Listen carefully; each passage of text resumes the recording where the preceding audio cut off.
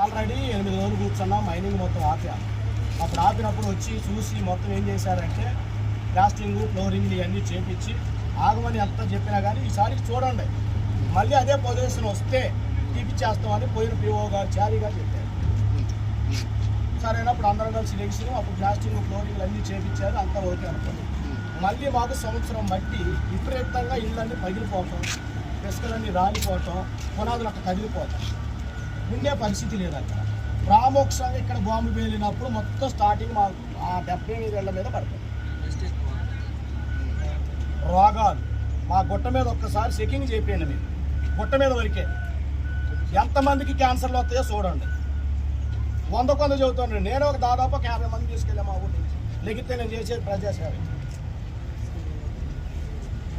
Skin allergy, దగ్గు, ఎన్నో జబ్బులకు గురైంది.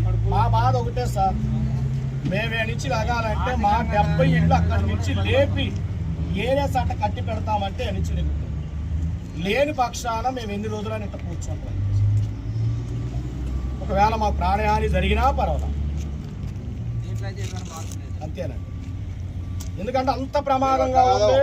ఉన్న పొలంగా చేయాలంటే ఇక్కడ నా జాల ఎవరున్నా కాదు, నా జాల ఎవరున్నా కాదు, ఉన్న పొలం చేయాలంటే దానికోసం టైం పడుతుంది. ఒకరు ఇచ్చేది ఉంటే గవర్నమెంట్ ఇస్తుంది, మీరు రిప్రజెంటేషన్ ఇవ్వండి, నేను పైకి పంపిస్తాను, మీరు కూడా ఇవ్వండి. 6 years నుంచి జరుగుతుంది కదా సార్ ఈ పోరాటం అనేది, ఇవాళ కొత్త కాదు కదా సార్. నేను కాగితాలు తీసుకురా అడవుడికి వచ్చా, మొత్తానికి పెట్టా సార్. మన ఆఫీసులో మొత్తానికి పెట్టాను నేను కాగితాలు. 70 ఇళ్ళకి నష్టం జరుగుతుంది, మమ్మల్ని లేపాలా, త్వరలో లేకపోతే మేము బాంబు బ్లాస్టింగ్ అడ్డుకుంటాము, మైనింగ్ అడ్డుకుంటామని మేము కాగితాలు పెట్టామండి. భట్టి గారితో సహా, ఇప్పుడు ఉన్న మా ఎమ్మెల్యే గారితో సహా, ఏమంటే మంత్రి గారితో సహా అందరికీ పెట్టామండి. కనీసం మమ్మల్ని అట్లా పట్టించుకున్నాను ఆదు.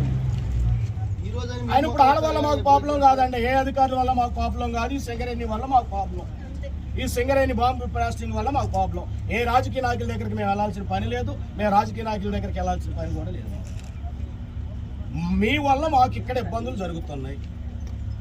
3 రోజులు బట్టి ఏకదాటిగా దొబ్బలెగుతుంటే ఒక్కడొచ్చి చూసిన వాళ్ళు లేడు అక్కడ. ఏమంటే నిన్న నేను ఇదే తయారీకి వచ్చాడు నుంచొని అడిగితే బళ్ళు తిరిగినాయి. ఏ బళ్ళు? వాటర్ బళ్ళు.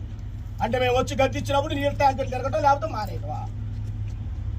తిరగనేయండి, తిరగబోయినట్టు మాకు సంబంధం లేదు. కానండి మేము నుంచి లేగాలంటే మాకు హామీ కావాలి. హామీ అంటే ఉత్తికి లేకం కూడా 70 ఇళ్ళు కట్టించే పూసి మాది ఇప్పుడు అవదని మాకు తెలుస్తుంది, కానీ హామీ కావాలి మాకు. కట్టించే పూసి మాది, మాకు లెటర్ పూర్వకంగా రాసేవ్వండి, 70 ఇళ్ళు మేము కట్టిస్తామండి అని లెటర్ పూర్వకంగా రాసేయడం, లేచి వెళ్ళిపోతాం, ఇబ్బంది లేదు మాకు.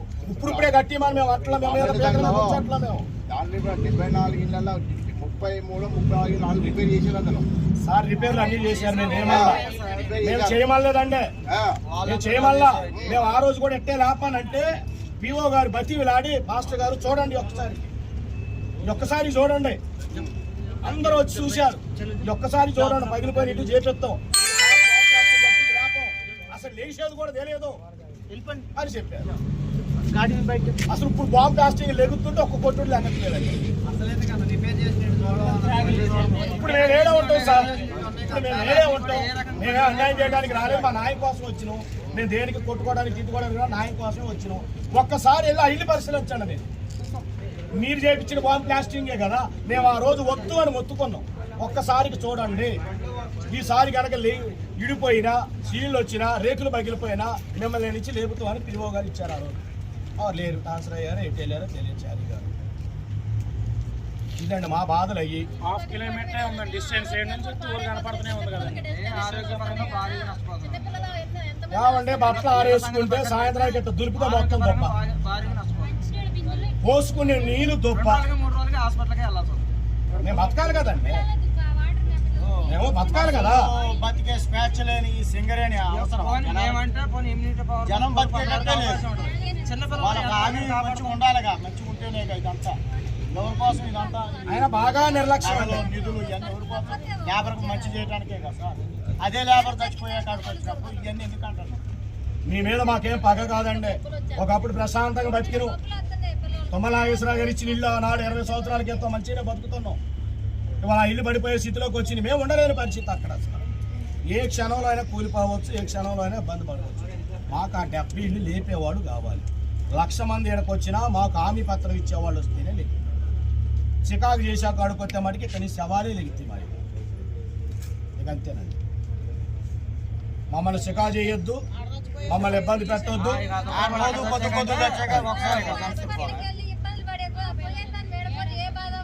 ఎవరు నిన్ను కొట్టింది ఎవరురా?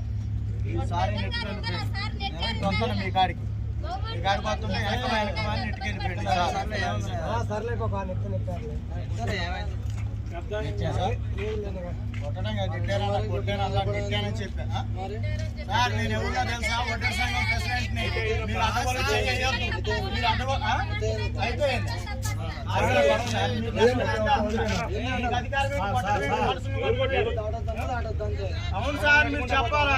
నేను సార్తో మాట్లాడుతున్నాను.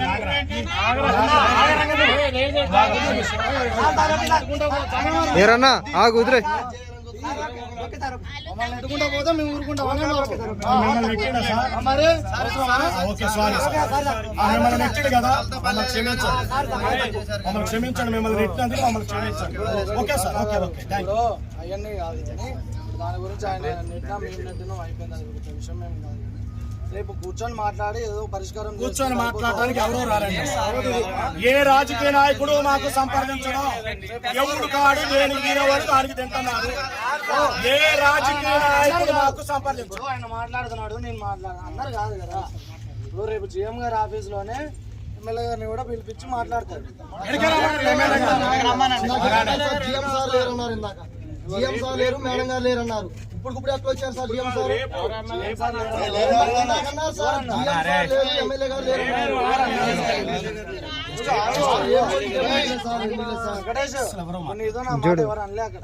లేదు సార్ అన్నారు సార్, జిఎం సార్ లేరు, బయటికి వెళ్ళారు. వెంకటేష్ అందరూ మౌనంగా ఉండ.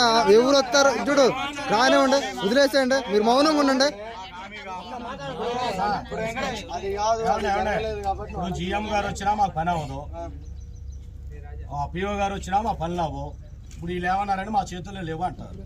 ఇప్పుడు వాళ్ళు కట్టగలుగుతారు మాకు ఇల్లు? అదే ఇప్పుడు రేపు కూర్చొని మాట్లాడేటప్పుడు ఎమ్మెల్యే గారు కూడా మేము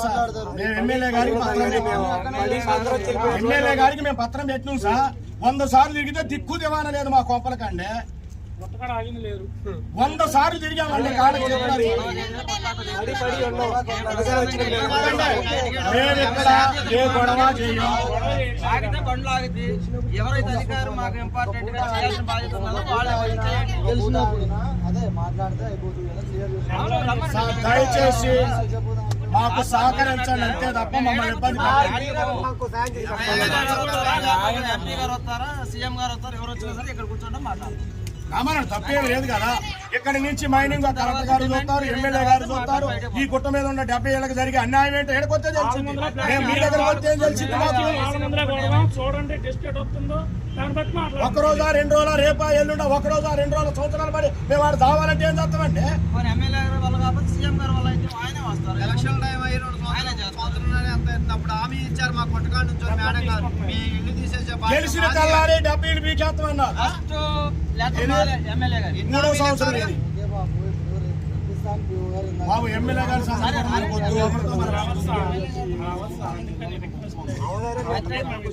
మేమందరం ప్రమాదంలో ఉన్నాం సార్. మాకు ఎవరైతే వచ్చి న్యాయం చేస్తున్నారో వాళ్ళు రమ్మనండి. ఒకటే సార్, ఇది బయట జరిగేది కాదండి. బయట జరిగేది కాదు, మా పరిష్కారం ఏదో దొరికింది.